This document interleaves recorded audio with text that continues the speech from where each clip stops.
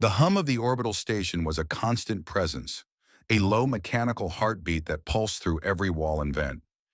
Eli Dorn had long since learned to move with it, quietly, invisibly, pushing his cleaning unit through deserted corridors that smelled faintly of coolant and ozone.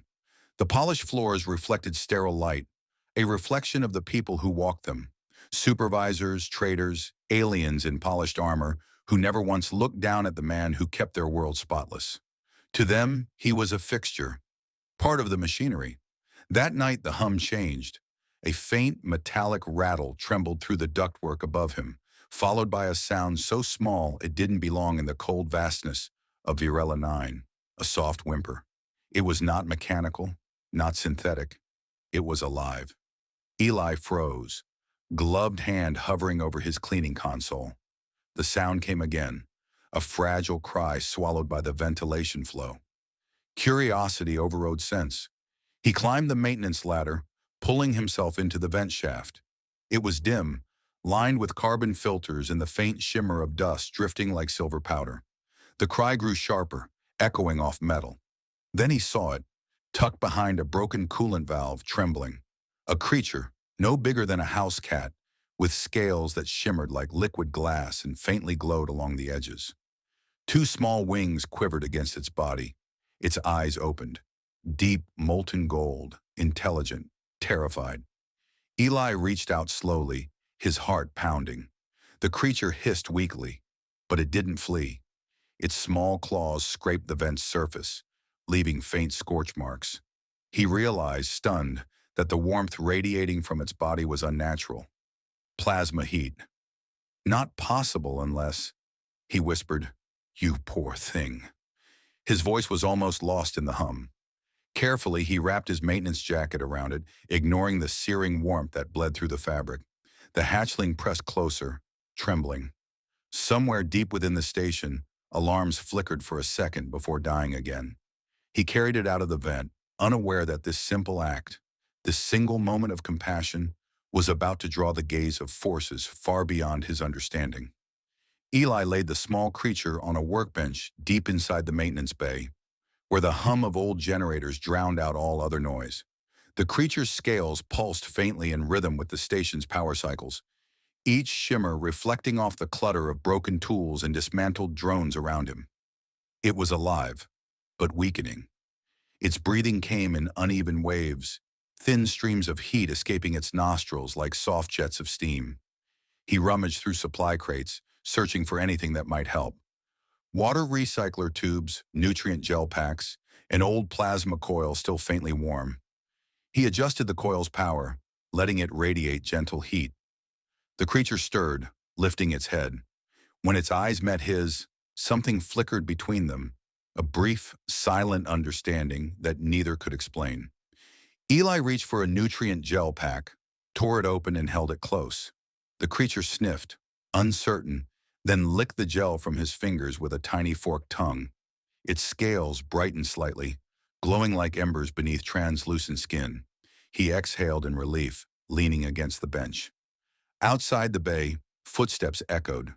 A pair of security drones hovered past, scanning for heat anomalies. Eli froze, the faint light from the creature casting strange shadows across the floor. He whispered, "Quiet now," though he knew it couldn't understand. But somehow the creature obeyed. The glow dimmed to almost nothing, as if it willed itself invisible. When the drones passed, Eli finally allowed himself to breathe. He looked at the creature again. "Guess you're smarter than you look," he murmured. It blinked slowly, and for a moment, he could swear it tried to mimic his tone, a faint, musical hum that resonated through the air. He smiled despite everything. He'd seen countless machines built to mimic life, but this was real, ancient, and beyond science. He didn't know what it was or where it came from, but he knew one thing clearly. If the station authorities found it, they'd take it apart in a lab before dawn. Eli glanced at the glowing creature, now curled in his jacket, and whispered, "You're safe here." In the cold heart of a forgotten maintenance bay, man and hatchling slept beneath the hum of machines, unaware that their warmth had already drawn the attention of distant sensors watching from orbit. Days bled into one another beneath the cold hum of the maintenance decks. Eli's routine became a rhythm of concealment and care, scrubbing corridors for the day shift, feeding the creature at night. He called her Orin, after the faint golden shimmer that illuminated his workbench whenever she stirred. She had grown stronger. Her wings twitched in her sleep, and faint ripples of energy distorted the air around her when she breathed. He built her a small enclosure using spare coolant conduits and heating plates scavenged from the waste reclamation unit. The setup pulsed like a heart, maintaining the warmth she needed to survive. Yet each day, the readings on his maintenance console grew stranger. Fluctuating temperatures, electromagnetic interference, ghost signals spreading through the lower decks. He deleted the logs before the inspectors could notice, but suspicion was beginning to rise. The first real warning came during a shift inspection. Two Arconians, scaled, towering figures with metallic eyes, entered the bay. Their armor reflected light like polished stone. Eli lowered his head, pretending to calibrate a sanitation drone. "Maintenance duty," he muttered, keeping his voice steady. One of the Arconians scanned the room, sensors sweeping across walls and floors. The detector gave a faint chirp, reading residual plasma heat. Eli's heart pounded. "Old wiring," he said quickly. "Faulty coil. I've been repairing it." The alien's slit pupils narrowed. A long pause stretched before the creature finally hissed something to its partner in a language Eli couldn't follow, then turned away. Their boots echoed as they left, the faint scent of ozone trailing behind. Only when the doors sealed did Eli allow himself to move. He found Orin huddled under the heating plates, eyes wide with fear. "Easy," he whispered. Her small claws clutched his wrist, her body trembling. He could feel the faint surge of power within her, wild, ancient, and barely contained. That night, as he sat beside her enclosure, a voice whispered through the static of the comm panel. Garbled, alien, but unmistakable. "The hatchling. Find it before the cycle ends." Eli stared at the speaker, realization sinking like cold iron into his chest. They were hunting her. The night cycle on Varela 9 was never truly dark, only dimmed, bathed in the violet glow of reactor light. Eli moved through the maintenance shafts with Orin pressed against his chest, her heat radiating through his uniform. The comms were alive with static-laden chatter. Security teams sweeping the lower decks. Drones scanning for unregistered biological anomalies. Every step echoed like a countdown. He reached a junction where the ventilation tunnel split. Steam hissed from a cracked pipe, filling the air with metallic mist. Orin stirred and let out a soft trill, frightened.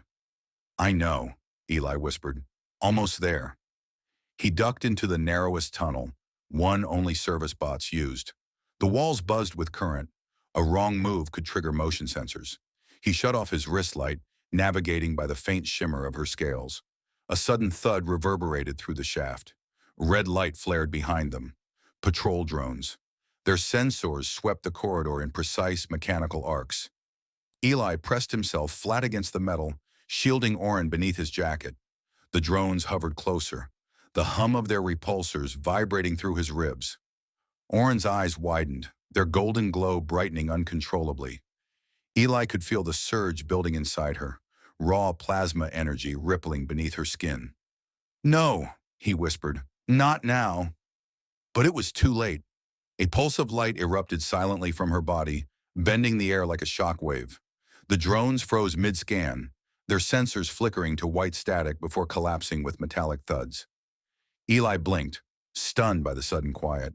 Smoke curled from the drone shells, melted circuits dripping to the floor. Orin trembled, panting softly, her scales dimming again. He lifted her gently, whispering, "You just saved us." They crawled through the last meters of the tunnel and dropped into the waste processing bay. The stench was overwhelming, but it was safe, unmonitored. Eli sealed the hatch behind them and leaned against the bulkhead, trying to steady his breath. Above them, alarms began to blare in distant sectors, and the voice of the station AI echoed through the halls. "Security breach detected. Biological containment compromised." Eli looked at the trembling hatchling in his arms and knew the quiet life he'd led was over forever. The waste processing bay trembled as the alarms deepened into a low mechanical roar. Through the grated floor, Eli could feel the thrum of engines powering up across the station. They were sealing off entire decks, corralling whatever they were hunting. Him. He glanced at Orin, who clung to his sleeve, her scales pulsing faintly with stress. She was growing fast. Her wings, once fragile and translucent, now shimmered with a metallic sheen. Eli powered up a dormant transport drone, tearing out its navigation core. "We can use this," he muttered, his hands steady despite the chaos. The air was thick with the scent of ozone and burnt circuitry. He connected his wrist console to the drone's flight system, rerouting it to the abandoned cargo shuttle on Deck 7. It was ancient, left behind after a collision years ago, but it still had engines, and most importantly, shielding. Orin tilted her head as sparks leapt from the drone. "Almost done," Eli said, tightening the final wire. The makeshift signal flickered to life, transmitting a false maintenance alert through the station's internal grid. For a few seconds, it would trick the sensors into thinking the heat signatures were just coolant leaks. Enough time to run. They moved fast through the underdecks. Steam burst from broken valves and mechanical arms swung overhead, resetting bulkheads. Eli ducked under them, his breath shallow. Every corner was a risk. When they reached the lift shaft, he looked up into the darkness stretching above. "We're going up," he said. Orin climbed onto his back, wings folding close. Eli gripped the old service cable and began the climb, his muscles burning. Halfway up, the shaft lights flickered, and a drone's red eye appeared below. It was climbing after them, silent and relentless. Orin turned her head, a faint whine rising from her throat. "Don't," Eli whispered. "Not again." But the hatchling's body flared with gold light, and a burst of plasma leapt from her mouth. The drone shattered, falling in a rain of molten shards. The shaft went silent once more. When Eli pulled himself onto the shuttle deck, he could see the stars through the docking bay window, vast, cold, and open. The alarms still wailed behind them, but he smiled faintly. For the first time, escape was no longer a dream. The shuttle drifted through the crimson clouds of the gas giant's upper atmosphere, its hull scarred but intact. Eli sat by the viewport, his hand resting on Orin's scaled neck.